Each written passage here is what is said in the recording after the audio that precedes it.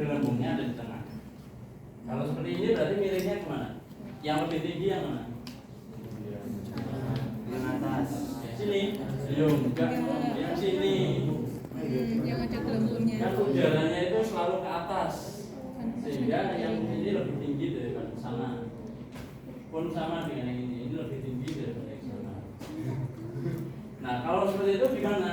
Kalau seperti itu ya berarti kan Nanti kita nyambunginnya harus pakai apa ya?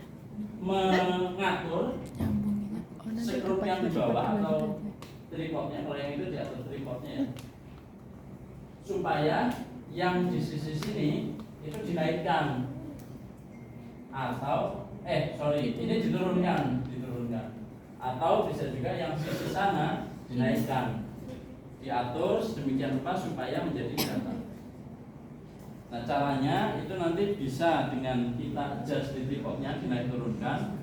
Hari ini saya tapi nggak bawa. Kemudian bisa juga dengan adjustment di skrupnya ini. Ini ada skrup A, B, C. Nanti dinaik turunkan, diputar dengan cara diputar ya. Itu dia akan naik dan turun supaya nanti pas dia. Kalau dari tengah nanti bisa dipakai. Seperti itu. Kemudian lagi ya. Selain klem, ini kan klem untuk mengunci. Dia ada yang namanya sumbu, skrup apa sumbu ya? Skrup gerak halus. Skrup gerak halus ini. Skrup gerak halus vertikal, yang ini vertikal, yang ini horizontal. Itu artinya apa? Artinya ketika nanti sudah dikunci, jadi kita cara makainya itu kita arahkan dan mendekati, dikunci. Setelah itu diputar gerak halusnya. Kalau sudah dikunci, itu masih bisa berputar tapi dengan menggunakan gerak halus. Dia nanti akan berputarnya pelan.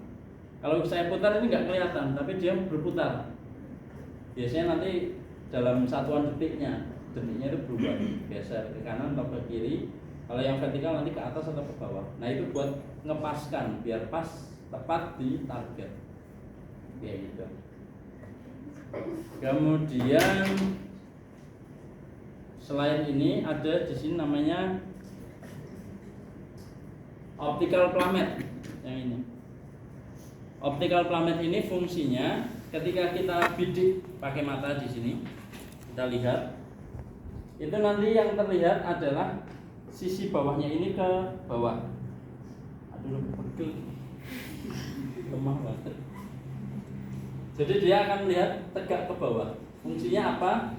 Fungsinya supaya biasanya kan kita ketika melakukan pengukuran itu ada titik kontrol di bawah. Nah, itu fungsinya untuk melepaskan, lihat ke bawah, oh udah pas nih, tepat di bawah. Fungsinya seperti itu. Kalau ini, oh dia bisa reflektorless, dia bisa nembak nanti langsung keluar hasil jaraknya.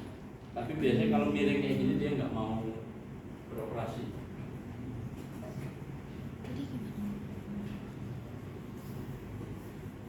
Nah, sekarang saya mau jelaskan ini yang perlu teman-teman tahu.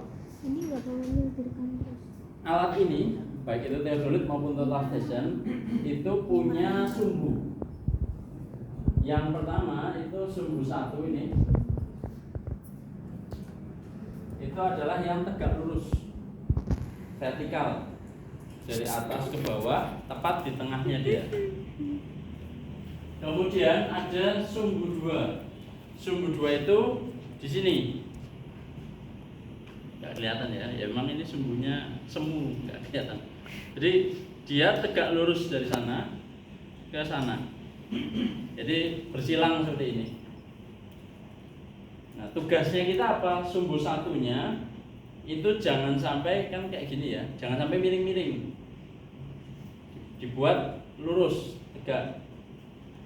Kemudian sumbu duanya itu jangan dibuat mendatar supaya dibuat 90 derajat dari yang ini supaya dia tidak begini, tidak condong ke depan seperti ini atau condong ke belakang. Kalau yang sumbu 1 tadi supaya tidak seperti ini dan tidak seperti ini. Kemudian ada sumbu 1 vertikal, sumbu 2 tegak lurus sumbu 1, sumbu 3. Nah ini syaratnya ya. Garis bidik tegak lurus sumbu 2. Garis bidik itu yang ini nanti ke depan. Jadi tadi kan udah plus gini ya. Nah ini ada satu lagi yang ke depan.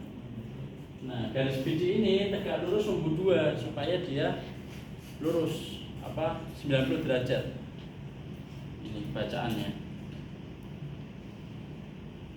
Atau sejajar garis arah nifo. Garis arah nifo itu garis semu yang menunjukkan garis gaya berat bumi. Dan terakhir, kesalahan indeks vertikal sama dengan 0. Maksudnya apa? Maksudnya ketika ini dibuat seperti ini atau seperti ini ya. Nah, ini kemarin apa? Sudutnya kalau yang atasnya 0. Ingat ya? Sudut vertikal atasnya 0. Apa? Zenit ya? Nah, zenit. Ya, zenit. Nah, ketika ini ke atas itu memang bacaannya 0. Kalau tidak bacaannya 0 berarti ya kita pakai alat ini akan ada kesalahan. Nah, syaratnya supaya ini layak digunakan, bisa digunakan adalah ini tadi 1, 2, 3 dan 4. Kalau yang 4 itu kita nggak bisa mengatur ya dari alat ini, tapi harus dikalibrasi kalau ada kesalahan. Nah, yang bisa kita atur adalah yang nomor 1, 2, dan 3. Nah, 1, 2, dan 3 itu kita datarkan alatnya yang nama prosesnya adalah melakukan centering dan leveling.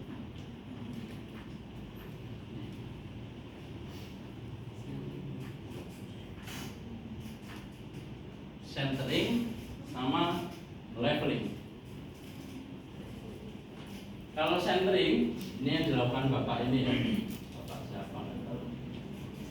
Kita memastikan sumbu 1 tadi yang lurus dari atas ke bawah itu betul-betul vertikal, lurus dan tepat berada di titik yang mau diukur. Caranya gimana? Caranya kita geser-geser alatnya bersama dengan tripodnya sambil melihat ke sini optical plummet. Kalau ada yang mau lihat silakan ya. Mau lihat. Nanti kelihatan ke bawah. Lihat Mil.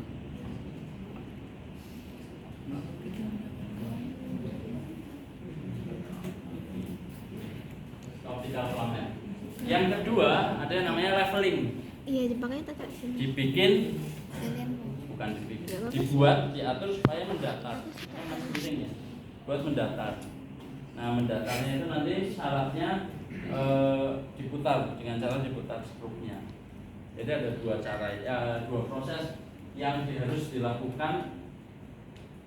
Pertama berurutan, kemudian yang kedua nanti pas leveling mungkin bersamaan, dan yang ketiga nanti harus secara iteratif. Iteratif itu berulang. Jadi misalkan kita udah nge-level, terus dicek lagi, loh kok jadi geser, nggak center lagi, kita geser lagi supaya center. Setelah disenterkan, loh kok nggak level lagi, harus dilevelkan. Jadi diulang-ulang terus sampai alat itu betul-betul center dan level. Dia pas titiknya dan mendatar. Prosesnya berapa lama kira-kira? Ada yang tahu nggak? Kalau yang udah ahli biasanya mungkin 5 menit. Sudah, jadi. Kalau saya mungkin setengah jam. Ya kita itu lah. Ya enggak. Biasanya itu yang mempengaruhi kecepatan dalam pengukuran. Karena kan alatnya ini nanti harus geser beberapa kali. Ketika geser harus diatur centering dan levelingnya lagi. Jadi kalau lama otomatis di lapangan akan lama. Makanya biasanya standarnya kalau udah expert begitu ya, mungkin 5 menit sudah selesai setting sebentar. Ini untuk cara setting prosesnya ya. Nah, ini step by step cara makainya. Pertama, kita dirikan dulu statifnya di tempat yang ada titiknya. Mbaknya itu juga ada settingnya. Kemudian, cerita sedikit, bukan cerita tentang mbaknya, tapi cerita tentang surveyor wanita. Jadi saya punya teman,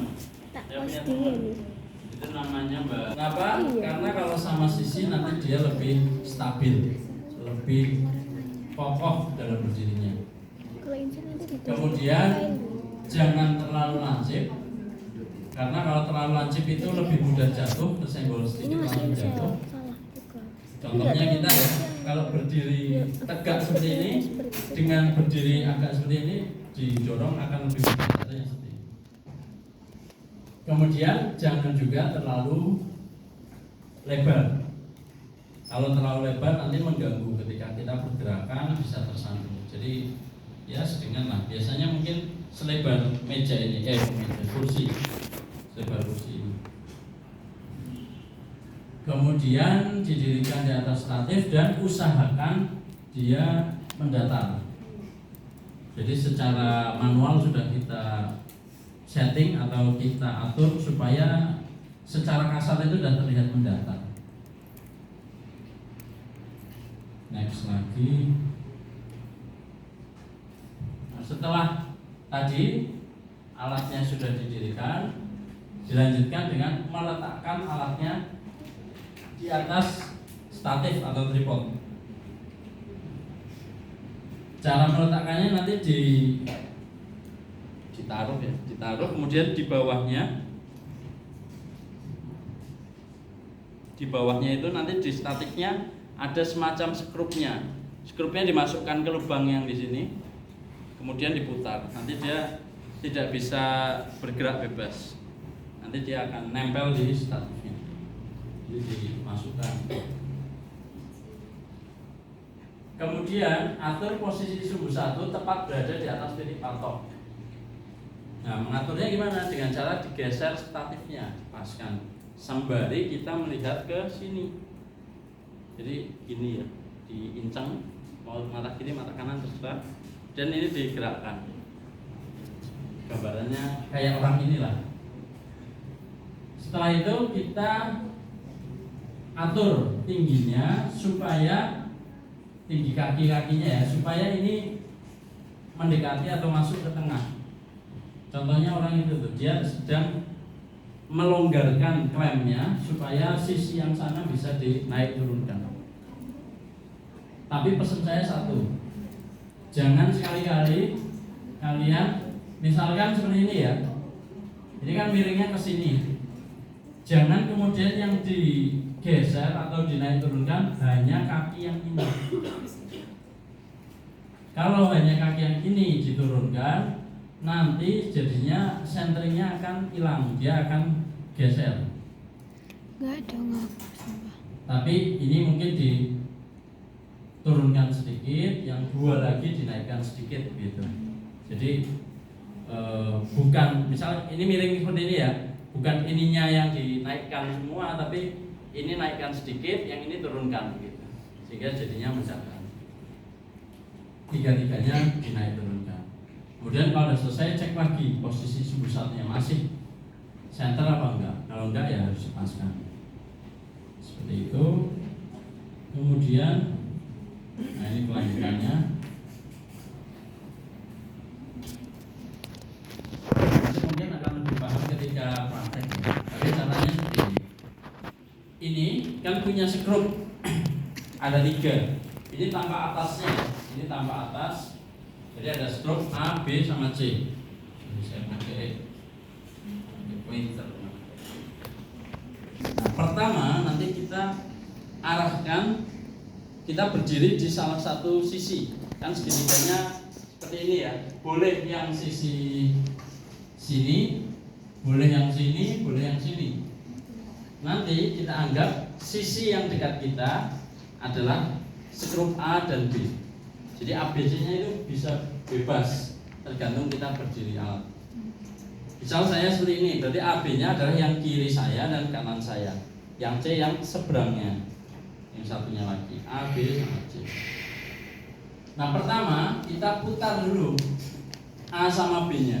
A sama B kita putar perlahan-lahan sekali karena dia sangat sensitif. Ini juga namanya nifo tabung. Dia juga isinya air dan ada gelembungnya. Nah gelembungnya ini harus ada di tengah. Jadi kita atur sedemikian rupa. Ini di kayak gini ya. Nah ini ada gelembungnya. Sembari kita lihat, kita putar. Mutarnya bukan kanan tok, bukan kiri tok, tapi dua-duanya mutarnya ke dalam semua atau keluar semua, tergantung mau ke kiri atau ke kanan. Jadi ke dalam semua atau ke keluar semua bersama-sama. Makanya saya tulis di sini. Nah ini putar dua skrup A dan B bersama-sama ke arah dalam maupun luar, sehingga nifo tabung tepat berada di tengah gelembungnya. Kalau sudah ini sudah di tengah, kita buka klem horizontalnya, kita putar 180 derajat dan ditutup lagi. Nah setelah itu pasti biasanya nifonya itu udah bergeser, karena yang datar baru yang sisi sini, yang sisi sana belum. Itu kita atur lagi pakai skrup A dan B. Jadi pertama nifonya ada di sini, diputar menjadi nifonya ada di arah C-nya. Kita putar yang skrup A sama B-nya lagi, perlahan-lahan ke dalam atau ke luar. Kalau sudah di tengah, kita tinggal cek yang ke arah ininya, tegak lurusnya. Jadi ini nanti diputar 90 derajat, boleh ke kanan, boleh ke kiri. Misalkan saya ke kanan, kemudian dikunci. Nah yang ini kita atur pakai skrup C, diatur diputar. Yang AB biasa. Nah kalau sudah pas di tengah, harusnya kita putar sembarang kayak gini, itu pasti dia selalu di tengah. Entah ini di sini atau di sini atau di sana atau di sana. Kalau udah dia selalu di tengah berarti proses levelingnya kita berhasil. Tapi jangan senang dulu, kita cek yang centering tadi ke bawah pas lagi nggak di titiknya. Kalau masih pas berarti aman. Kalau terlalu jauh berarti harus ulang dari awal. Kalau masih dekat saja nanti bisa digeser sedikit, nggak masalah. Kurang lebih seperti itu. Kok ngelak ya? Oke, kesalahan kolimasi.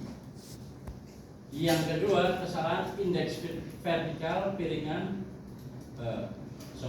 Kesalahan indeks vertikal. Itu kok nggak ada titiknya? Jadi ada dua ya namanya, kesalahan kolimasi sama. Misalkan harusnya 0 derajat, tapi terbacanya itu 1 derajat atau mungkin 359 derajat, sehingga yang harusnya 0 ternyata geser.